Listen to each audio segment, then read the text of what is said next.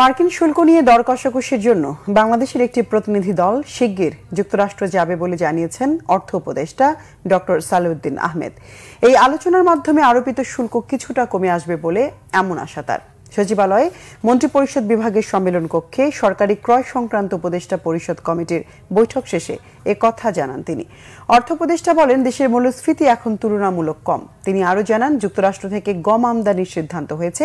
এদের দাম কিছুটা বেশি পড়লেও বিপরীতে সুবিধা পাবে বাংলাদেশ। যুক্তরাষ্ট্র থেকে পণ্য আমদানি বাড়লে দেশটির সাথে শুল্ক সংক্রান্ত দর কষাকষির বিষয়টি সহজ হবে বলে উল্লেখ করেন তিনি। 1 আগস্ট কার্যকর হতে যাওয়া মার্কিন শুল্ক নিয়ে আলোচনার জন্য এ মাসের মধ্যে বাণিজ্য উপদেষ্টার নেতৃত্বে এক প্রতিনিধি দল যুক্তরাষ্ট্র সফর করবেন বলেও জানান অর্থ উপদেষ্টা।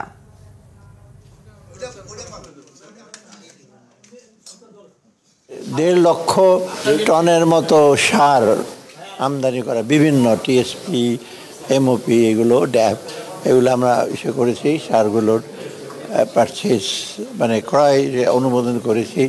এলএনজির জন্য আমরা অনুমোদন করেছি।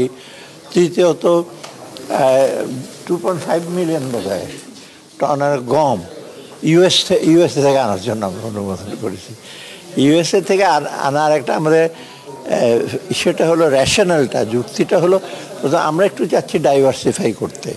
কারণ অনেক সময় দেখা যায় যে আমরা যেই ব্লক থেকে আনি, রাশিয়ান ব্লক, ইউক্রেন ব্লক, সেখানে একটু আনসার্টেনিটি দেখা গেছে।